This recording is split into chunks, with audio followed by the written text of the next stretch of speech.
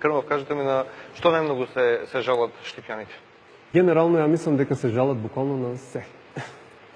Како да ви кажам, од инфраструктурни проекти до онака комунални, буквално се, и ја баш забележувам и другите кандидати кои се представат програми, обично се збори многу општо, многу ретко се иде конкретно, затоа што ако се иде конкретно, онда може да бидат повикани на одговорност. Така да, локалниот огранок на Левица Штип и воопшто и Левица како партија, ние идеме со многу конкретни решенија, што не се ни толку скапи, што не се ни толку надвор од не знам какви можности да градот да ги изгради, а дефинитивно може да се изграда, така да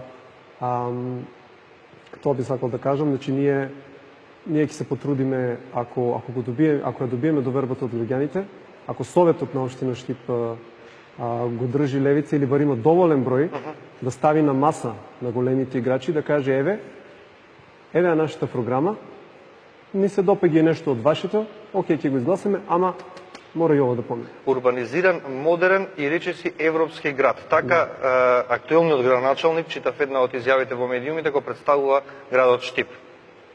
Ја не се согласувам воопшто. Мислам, како да ви кажам, во поглед урбанизмот се случува, значи некое ево асфалтирање, се средуваат некои тротари, али тоа се работи ужасно неквалитетно. Ко прво се форсира бекатон секаде, значи буквално секаде, ако имате некои скали, појма немам, од камен и некој од тие скалилата е дотрошено и така натаму, и сега тоа треба да се реновира, они го реновираат со бекатон. Имате 3 скали со камен, 4-та е со бекатон, мислам, такви некои ствари. Тротоарите се толку лоши, што луѓе ми имаат кажувано, не можеш ти дете со количка баш буквално да шеташ, затоа што се толку неравни, толку лошо изведени. Зелените површини, например, воопшто не се оградени. Тоа, например, ние го имаме. Тоа се многу лесно решава, значи треба да се оградат дали као со бетонско дзичје или нешто, у случај на дожд, на породен дожд, да не се слее земјата на коловоса кај нас, тоа се случува нон-стоп. Последните патишта нешто што беа, мислам, патишта улици што беа асфалтирани у Штип, за кои што се фалеше и нашиот градоначалник, се случи некој дожд пред 3-4 месеци, буквално огромен дел од нив беа буквално раскопани, затоа што се става 5 сантима асфалт, не се набива, не се става песок, значи буквално ако е коцка, се става врз коцката 5 сантима асфалт, а коцката работи, ме разбирате, затоа што она од оздола работи, буквално го уништува мали дупки, ќе влезе вода и тоа е хаварија, катастрофа, а парите се фрлени. Значи, ако веќе се прави урбанизација, да се работи квалитетно. Мислам, срамота е старите улици од бивша Југославија стојат, овие новите од еден порен дожд се тотална хаварија. Така да ние ќе стираме на квалитет, ако веќе. Како да ги вратиме или како да ги задржиме младите луѓе во градот? Тоа е многу горлив проблем. Воглавно бар мислам дека моќите ингеренциите се од централната власт, али не е точно дека општинската власт не може ништо да направи. Ево, зборуваше и нашиот колега од Велес за ИПА фондови, за не знам други фондови европски и така натаму.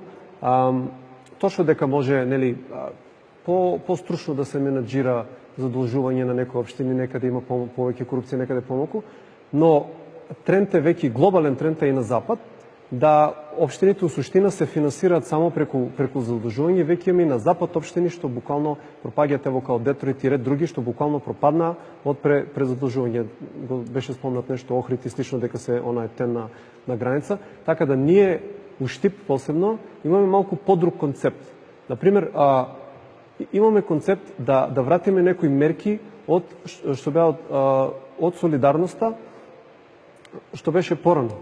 Значи, имаме проект за 2 солидарни фонда. Еден солидарен фонд, значи тоа се става на референдум, дали граѓаните на Штип би оделиле 20 денари, 30 денари, 50 денари од нивната плата, да се формира солидарен фонд за луѓе од тешки и ретки болести. Да не мора тие луѓе да молат буквално пред камери, да ме саќате со СМС и со такви ствари. Ако го чекаме државниот, мислам, фондот за здравство, гледаме што се случува. Значи, тоа е едно. Друго имаме фонд, например, од такви солидарни фондови, значи не социјални, солидарни. се изградени огромен дел од градот Штип изграден. Значи наслобата 8 ноември, Сењек 1, 2, 3, 4, Емуц, ова, како се вика, електротехничкото школо Коленех Тенин, градинката што е у Сењекот и така натаму и така натаму. Се тоа е од градот. Значи нема потреба само да се зима кредити, таа мантра да повтараме од запад. Кредити, вакви фондови, онакви фондови. А визијата на левица за Штип конкретно е повеќе градот за градот, ако ме разбирате. Значи градот за градот како едно тело и средствата, у суштина, средствата што идат од мнозинството на граѓани, да не идат горе у пирамидата, да не идат горе кај локалните моќници, кај политичарите и слично, него средствата од градот да идат за самите граѓани. Самите граѓани да се грижат уствари за самите себе. Нормално, некош ќе мора да се земе некој кредит и така натаму, али ја воопшто не се согласувам дека мора само на тоа се подпреме на европски фондови кредити и така натаму и така натаму. Што за вас значи ефикасна општинска администрација? Па, како да ви кажем, ефикасна општинска администрација би значила таа администрација што си ја врши својата работа. Например, ако се земе времето од 91 до сега, луѓето вработени во јавното предпријатие ИСР може да се 2 до 3 пати повеќе. Значи тоа е една страшна партизација. Имате таму луѓе што буквално не идат на работа, седат дома и чекат да помине работното време. Кога ќе помине работното време избегуваат или идат само на некој си кафе, а градот е 5 пати по гаден. Значи градот е гнасен, центарот е катастрофа, континерите се преполни, ветрот го разнесува ѓубрето. Значи јас сеќавам пред некои 10-20 години кога беше Макфест и баш сеќавам луѓе нешто, нели, доаѓаат во Штип за Макфест и така натаму и само ги прашуваат кој ви е пежа го Штип и они викаат многу убав, многу среден, многу чист град пред 15-20 години. А сега градот е буквална, значи, катастрофа, посебно центарот. Центарот е едно такво невидено ругло. Значи, мислам, недостатуваат луѓе во комуналните предпријатија или што е проблемот? Има повеќе, затоа што обично партии кога има избори, нели, големите партии и сега, нели, имате партиски активисти кои што трчаат, кинат плакати и така, мислам, лепат, кинат плакати и така натаму, и после обично нивниот проблем со вработување, нели, за партиски заслуги се решава со тоа предпријатие. Беше спомнато дека цената на водата е, нели, барала Светска банка, цената на водата и у Штип константно расте од 91 до сега баш и заради тоа, затоа што има таму едноставно превработеност и буквално за да тие луѓе добијат плата, морат граѓаните на Штип константно да плаќаат се повисока вода и се повисока вода и се повисока вода. Тоа е еден типичен пример што би значило, мислам, што значи неефикасна, значи општинска администрација. Онака баш. Социјалдемократскиот сојуз е партијата, движењето, стожерот кој што го сруши режимот во Република Македонија. Како прво, режимот, како што вие го нарекувате, не го срушивте сами, го срушивте заедно со илјадници активисти кои што излекал, меѓу кои и левица, и имаме 20 членови кои што уште имаат кривични пријави. Само ние имаме кривични пријави. Немат луѓе од СДСМ кои што учествува во рушењето, нели, на режимот, нема. Наши 20 членови имаат и сакав да кажам, нели, сте дигнале на 12.000 минималната плата со нормиран учинок. Нормиран учинок кој што стари идеја од ВМРО и фактички од времето на ВМРО, од владењето на времето на ВМРО ДПМН, што уствари е една задна врата за газдите буквално да не ти ја даваат.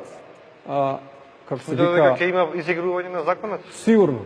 Значи, ако стварно верувате дека, нели, вие сте за работникот, за народот и така натаму, тргнете го нормираниот учинок. Тргнете го.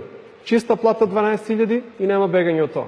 А не задна врата тука, па нели оние задни врати со враќање ќе му дадат 12.000, 4-5.000 мора да врати работникот у плико и така натаму и така натаму. Значи тргнете го нормираниот учинок и ја може да ќе поверувам дека еве, окей, вие сте малку поразлични и така натаму. Нормираниот учинок е од времето на ДПМН буквално остана као една задна врата за газдите собствениците да не го почитуваат законот. Левица, ја би сакал луѓето да не ја прецепираат како трета опција, затоа што сите така наречени трети опции кои што се појавија, отпосле испадна еве дека се сателити на ВМРО или на СДСМ. Левица остана сама, левица иде со 1000 до 2000 евра на избори, наши членови јадат месен нарезак за ручек, значи левица не е трета опција, левица е алтернатива и на системот и на политичките партии кои што моментално се